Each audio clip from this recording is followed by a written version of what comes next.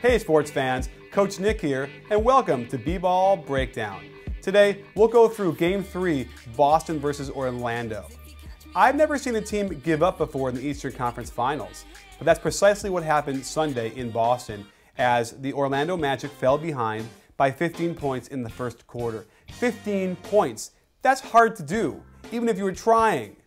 The personnel is a lot different from last year's team that made it to the NBA Finals. They switched Courtney Lee and Rafer Alston for Jameer Nelson and Vince Carter. And there's definitely been a lack of good play from these players, and that's part of what's contributing to their problems. Now, team defense is also really hurting them against a team like the Celtics. And that goes down to team chemistry and trusting your teammates and actually executing a game plan, which they're not doing. Let me show you what I mean. Orlando's team defense did not put enough pressure on the Celtics at any time during this game. Here, you're going to see a fantastic hedge by Rashard Lewis, which prevents Ray Allen from turning the corner. However, you have Matt Barnes in a bad position. He should be at least 2 steps higher to either take away the pass to Pierce or give him some room to get around this screen by Perkins. Instead, he gets strapped behind it and is late getting over and doesn't challenge a shot by Paul Pierce. This play illustrates 2 things. 1, that Jameer Nelson is a bad passer, and 2, that Paul Pierce is hustling on defense on the weak side. Here's where it gets interesting. Remember, Stan Van Gundy switched Vince Carter onto Ray Allen for this game. So let's watch his transition defense as the Celtics go on the attack. He jogs up the court, doesn't go to his man, and leaves him wide open. And let me tell you, that's wide open for Ray Allen. Watch Dwight Howard's defense here, and it should be concerning for Orlando Magic fans. Not only is there no hedge, but he's giving so much space to Rondo that he waltzes right into the lane and shoots a little floater over him. It looks like Howard's quit already.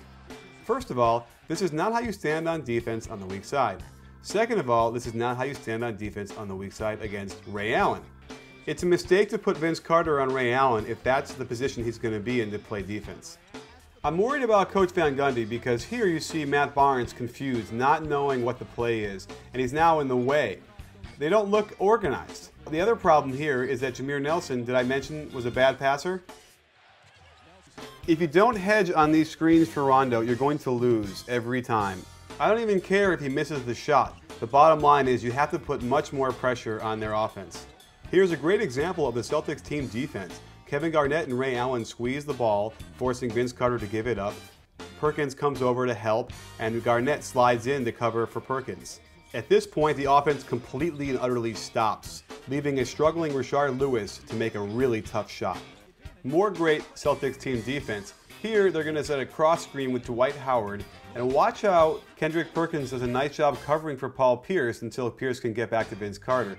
That leaves the lob open, but because Jameer Nelson is not a good passer, I've decided, he doesn't see it, doesn't throw it, and they miss out on an opportunity. The offense completely shuts down at this point because they didn't get that pass, and now they have to freelance. When you do that against the Celtics, you ain't going to get much. Rondo's great hands get a steal, and he leaves a fast break. Here's a subtle thing that the Celtics do really well. Ray Allen is going to take away the pass to Matt Barnes in the wing, forcing Matt Barnes to catch the ball much higher than he wanted to. Now what that does is cause Dwight Howard to come away from the basket, losing his terrific position down low. Look where he catches the ball. Look where he was when he had a good position.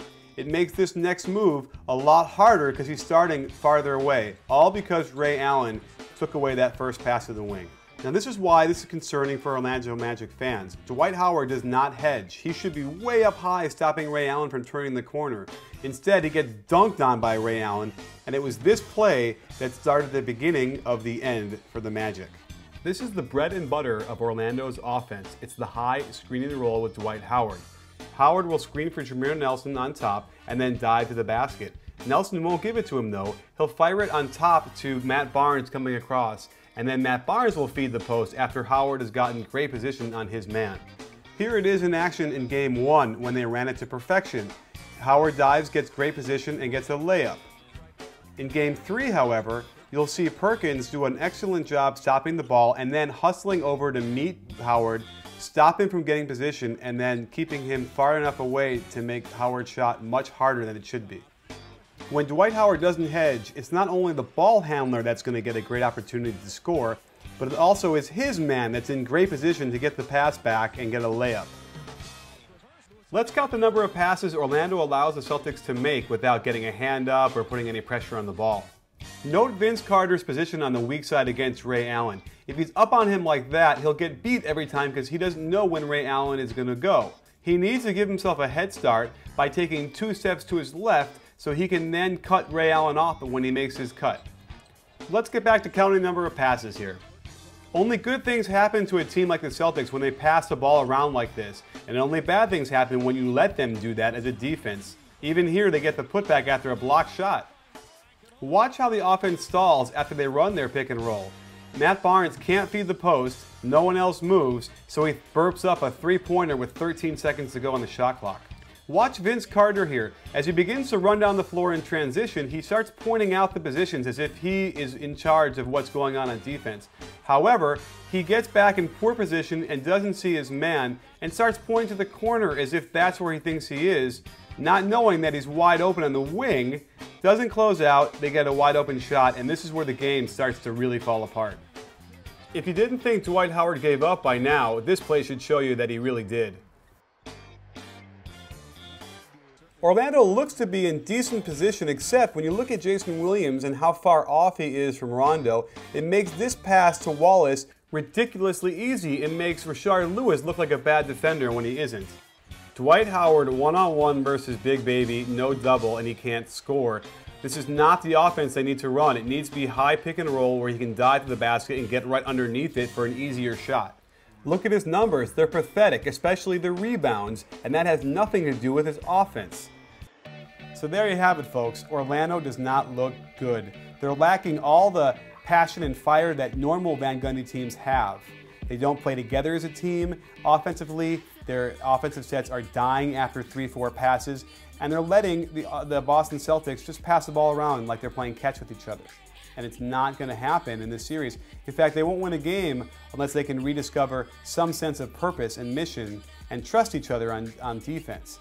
The one difference I see is that Vince Carter comes in as an established star. He plays the way he's going to play, and Van Gundy has to play him 38 minutes a game because he's got a big contract and they're expecting everything from him.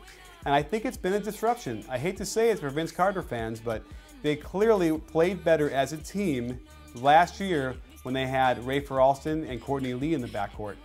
Now, Jameer Nelson is also not helping, and he is just not seeing the floor very well. I don't think it's going to change much, so this series is going to be over pretty darn quick. Thanks for joining us, folks, and we'll see you next time at B-Ball Breakdown.